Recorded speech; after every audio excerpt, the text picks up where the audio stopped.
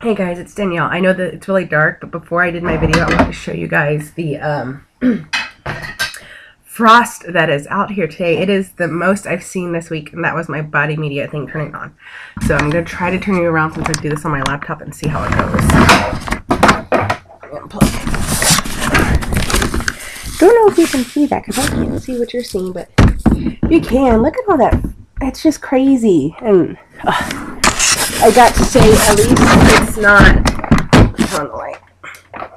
It has been crazy foggy in Seattle this past 2 days. Actually 3 days. The first day it burned off. Second day it didn't burn off, so then the third day just added to it. 1 second. Hello? It's snow? My husband just called and said it's snow. Alright, honey, then, well, be careful out there with the dog. Alright, I'll talk to you in a little bit. Love you. Bye. It's snowing. I love snow. Oh, I love snow so much. But you guys are going to see me do my makeup because I'm kind of pressed for time, and I feel bad because I said I was going to make my video yesterday about my pre-op diet, but I didn't. So this is me multitasking. So my pre-op diet. I officially started it 2 days after I was supposed to for my clinic. However, for those of you who don't know, I am a daily weigher. So I have, Monday it was 235, today I'm 227. So it's working. It gives me confidence that my liver is shrinking. Although I'm not quite sure how much more it is going to shrink because my medical doctor before this at the clinic, he said he wasn't sure how much more my liver could shrink since I had lost such a large amount of weight at the weight loss clinic already. So we'll see. He said he wasn't sure if he knew that like a little diet right in here at the end would help it or if it's just going to stay the same. So whatever. I'm still going to follow the diet and follow the rules. I have been, the biggest rule they have was 20 carbs a day. For me,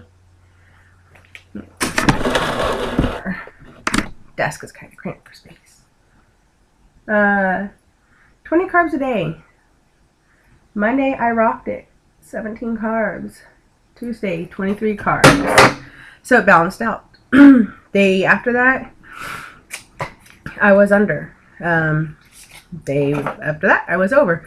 So I've been going over, under. I think it all balances out. Trying my best. It is actually a whole lot.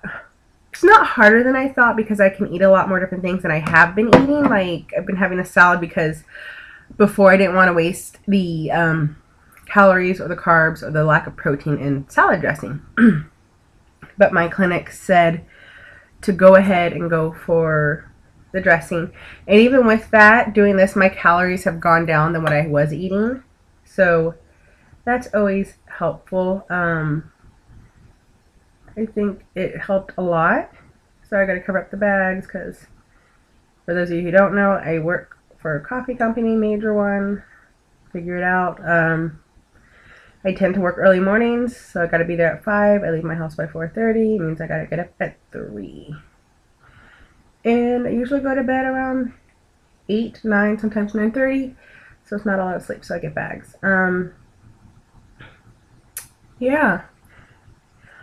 Like I said, I'm eating more salads.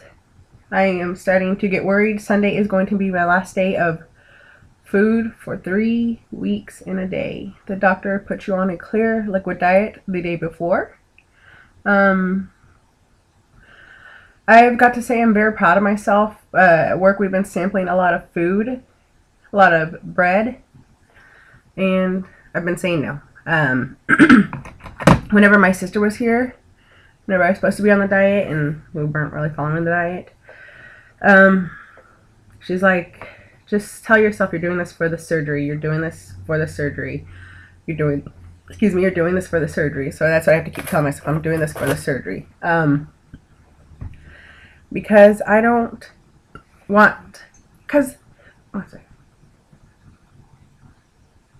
The only way the doctor can tell if your liver's small enough is whenever he's in there. And if he gets in there and it's not small enough, you've just had, I'm not quite sure how soon he looks at your liver, but you just went under anesthesia. You have your stomach pumped full of air, or your abdomen pumped full of air, and you have at least one portal site opened into your body. I don't know if he'll put all 5 of the ports for the instruments in there before or not. He looks at it or not. So you either have 1 to 7 incisions already done in your body for nothing if you can't have the surgery done. Nothing. What a big waste of your time, his time, somebody else's time that could have had the surgery who would have followed the rules. Yeah, and I don't want to be that person. I don't. So I'm not, this whole process I've been trying to tell myself, you bring what you speak to yourself. So I've been trying to stay positive on it, and I'm not too worried about it anymore. So yeah, the pre-op diet, it's a lot harder than I thought. A lot more willpower than what I thought I would have to have for it. It's going pretty well, though, I think. And then now I'm just going to do some general rambling. Yesterday, I started watching Biggest Loser on demand because I've been missing it, but I love Biggest Loser. And, everybody said they had children on it, and I was like, all right, whatever. But I watched it, and I felt so sad. I couldn't believe these kids. There's a sophomore in high school and 2 13-year-olds. Can't remember what grade 13 is. I want to say it's like junior high. And to hear them talk about their weight holding them back, and of course, teasing kids can be cruel. All of us know this. Excuse me, guys. It's the morning. I'm really on that note, though, I am feeling a lot better. And now it's just all getting stuck up in my throat, but thankfully, it's not making me cough. It's just there. So yeah, but the children. There's a little kid named Bingo Boy talking about how he loves to play sports and everything, but he can't because it hurts him, and it's just so sad to me to see a kid who can't be a kid. And on top of that, whenever I do see morbidly obese children in public, I just feel so sad for them. And then, people say, like parents, I've heard parents say, but they won't, they want this, they want that, and they'll cry and throw a fit until they get their food or whatever. Honey, you made them that way. So you have the power to say no.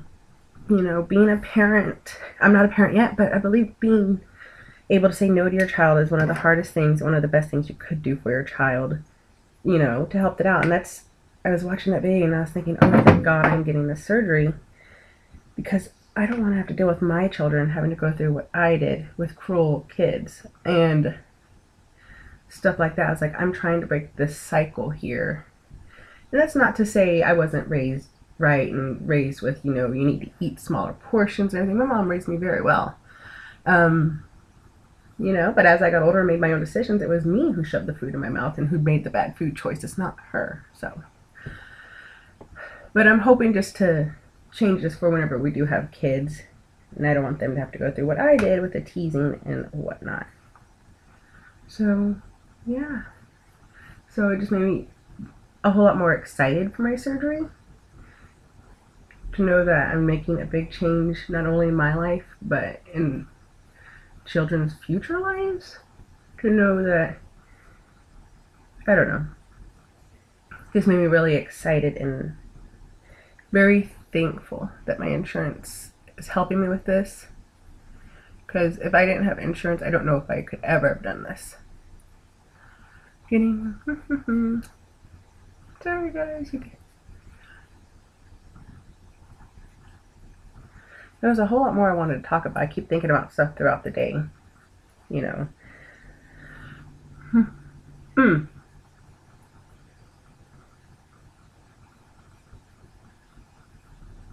So surgery is Tuesday morning. Monday, like I said, I'm on all clear liquid diet, but we're gonna go take my doggy to the in-laws, to her grandma, grandpa's They said that they would watch her while we're at the hospital so she doesn't have to spend all night at the apartment by herself, which is a great big help. So Monday we're going to go over there, and everybody else. I suggested soup because I called my mother-in-law. I was like, hey, you want to have dinner? Maybe a soup with a good clear broth, you know? And she was like, oh yeah. She's like, I can make you broth, and if we decide something else, we'll go ahead and go that route and everything. I was like, yeah. And I was like, I made sure to tell her, I was like, I can have Jello, because it's on the approved for the day before diet. So she's going to make me Jello. So we're going to go over there, drop off the doggy. So that way Tuesday we don't have, that's one more thing that's not on our list in the morning before surgery. What else?